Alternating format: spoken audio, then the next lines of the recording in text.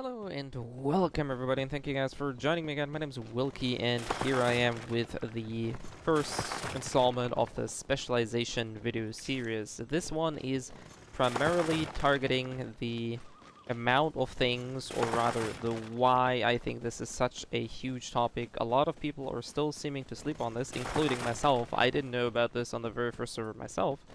So needless to say, I think this is a very important subject. And a little bit about myself for those of you who are just following me now because I'm making Once Human content. I primarily am a solo player. Like most of the online games I typically play alone, or for the most part I play alone. I only tend to group up either with friends or when it's absolutely necessary or there's a huge gain for me to be made. And Once Human is actually one of these occasions where it's insanely useful.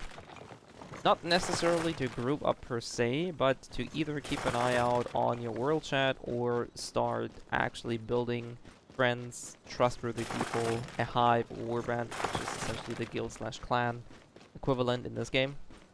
And to not drag this out any further, I'm gonna be going back to my base, and I'll show you why I think this is so insanely good. Actually, no, we're gonna be going back to my base in 2 minutes, so I'll catch you guys there.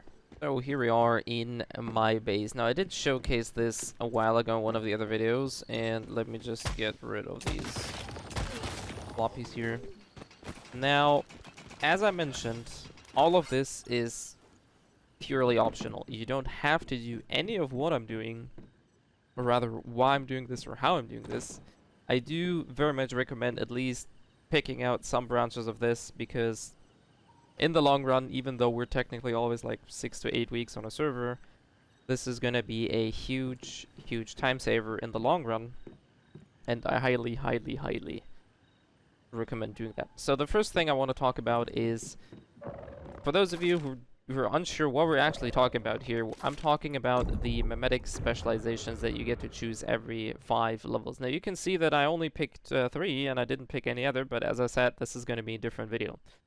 The main reason I want to talk about here is why this is important, or how we should go about this, is because there are a lot of specializations that target buildings and base crafting, stuff like that. So I don't know if I have everything, but I think so far I have all of the memetic buildings that they are. But in case I did miss one and you see this, then please let me know and I'll add a pinned comment in the comment section down below. So first things first, there's a disassembly bench that gives you 50% more metal scraps, electronic parts, and more fabrics and plastic 30% when dismantling stuff. Now this one is typically obtained very early in the game. I actually have one of these at the very first level. You can see that I have this perk here. So in the long run, this means every time you loot Blackfill or any other place, it doesn't matter, whenever you dismantle stuff, you get more of this. So this incredibly useful tool, because you're going to be using this throughout the game, probably on a daily basis, maybe even quite more often than that. So definitely one of the most important things everybody is going to use and have a disassembly bench, and this is a one-time purchase. As with everything else, these are one-time purchases, right? So you buy them once, or get them once. I'll talk about this in a later section, but these are buildings that do no longer take any maintenance. So as long as you don't break them, like, you can move them around, right? If I were to press R, which I'm not going to be doing, I'm going to be breaking them and the effect is going to be gone. But if I press F, I can just move it around and place it here, and it's still going to retain the perks. And that is more or less the entire secret, but this is something I slept on very much. So disassembly bench, definitely one of the most useful things. All these crates have 64 slots. Now this is another just purely convenience factor, but it reduces the amount of chests that you need to put around. So this is definitely something that I highly recommend looking out for. We have 3 perks for the supplies workbench. When crafting activators, their HP recovery is increased and you get an additional activator, so 2 for 1.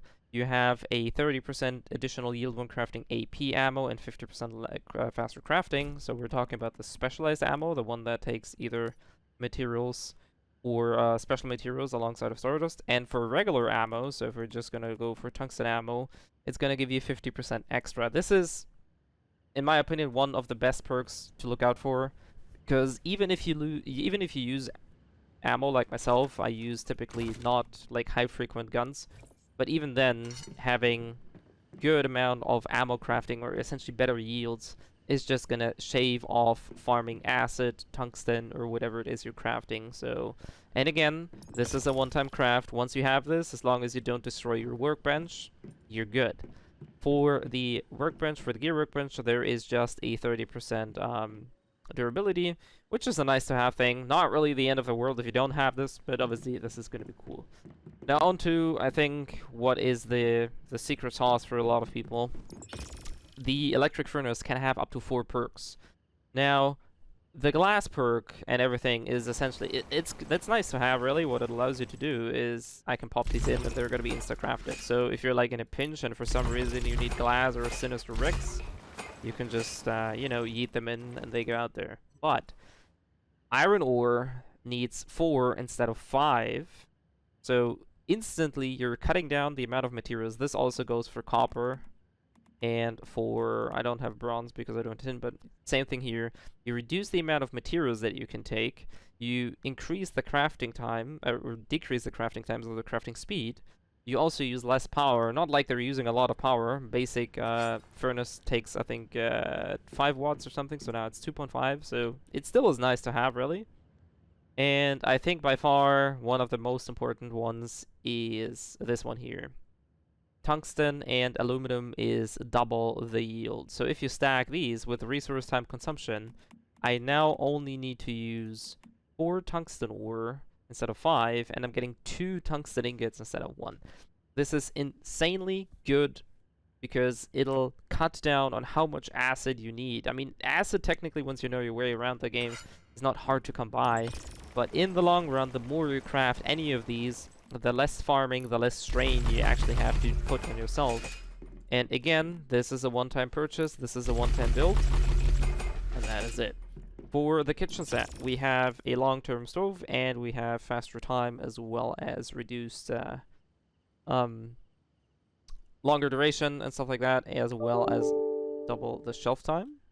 So it's a nice convenience factor. I don't really think this is needed. There's one confusion, or one thing a lot of people confuse. There is a personal perk, I'm gonna put this one here on the screen, that allows you, whenever you craft canned meat or canned anything, canned food, you actually get 2 per 1, similar to the activator plus 1 perk. This is a personal perk though. This is not something people can put onto your kitchen set, but whenever somebody's talking about that they're selling this, they're either selling the memory fragment for you to use, or they're trying to scam you. There's no such thing that is tied to the kitchen set. This is a personal perk. The only 2 kitchen set perks, as I said, are long-term, and the one that uses less time and improves the quality.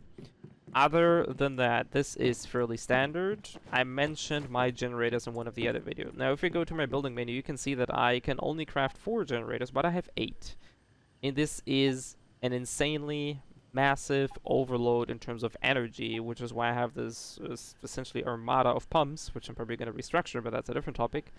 So again, similar to these other things, as long as you do not break any of your generators, you can move them around freely, and they will retain all of their stats. So all of this combined nets me an insane amount of energy and power to use. I can craft food that lasts longer, I can smelt stuff very quickly and much more efficiently in terms of resource needed, which is going to tie into one of the subjects that I think are very, very important, or might be important for some other people, as well as the more ammo crafting, more stuff when disassembling, or just higher space. Now, this has been a fairly lengthy topic, but I think this is insanely important because, as I mentioned, this is optional. You don't have to do any of this, but it will make your journey a lot easier. You have to farm a lot less, or if you farm the same amount, you're going to have a lot more.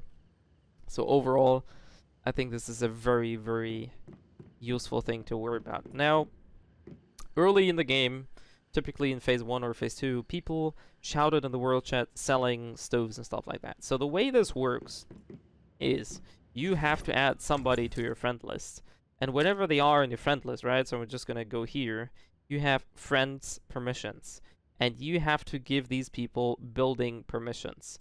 Now, if you want to, and if you trust the people, you can also give them storage permissions. That way they can take the materials directly when crafting, right? Similar to when I craft a piece of anything, really. I'm just going to go there, and I can put it down because I have the materials in one of the storages. So this is what storage permission does, but it also allows them to access your chests. So be cautious about this. Either, you know, have them somebody else, or just give them the mats if you really want to be sure that you're not getting taken advantage of. But essentially, friend permissions, building, yes, and if you want to, you can do storage, and once they have built everything, just put it on deny again, and then you're safe. So, as I mentioned, I don't have any of these specializations myself, but people have put them here, and this is how you get them. Now, sometimes people sell these, sometimes people just want a little bit in return.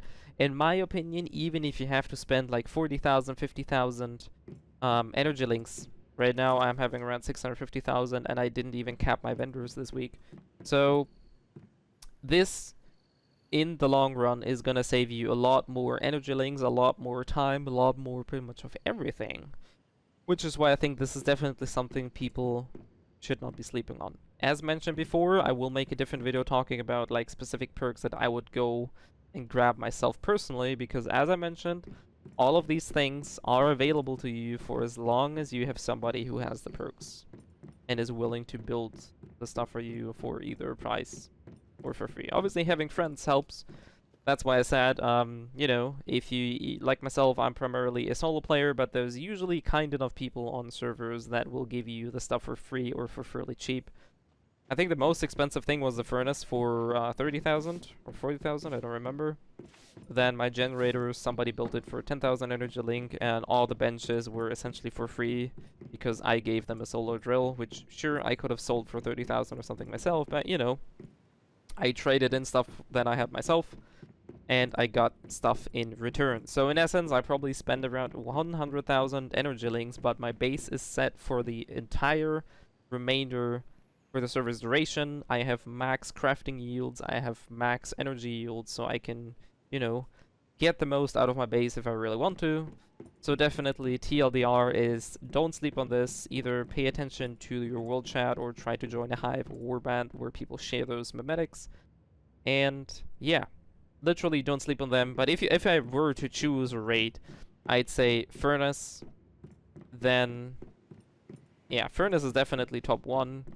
Then the Advanced Workbench for the extra ammo is 2, 3, the generator perks, and then pretty much the rest. So this is the way I would go in order, but if you can, I'd grab all of this, because it'll save you a lot of time and hassle. And that is it for this video. Hope this was helpful and, you know, understanding. As I said, on the first server, I only had the 50% ammo bench on my first server, because that's the only thing that I got for myself. And yeah, that was kind of stupid of myself, but I learned my lesson, so definitely try and do that and save yourself some time.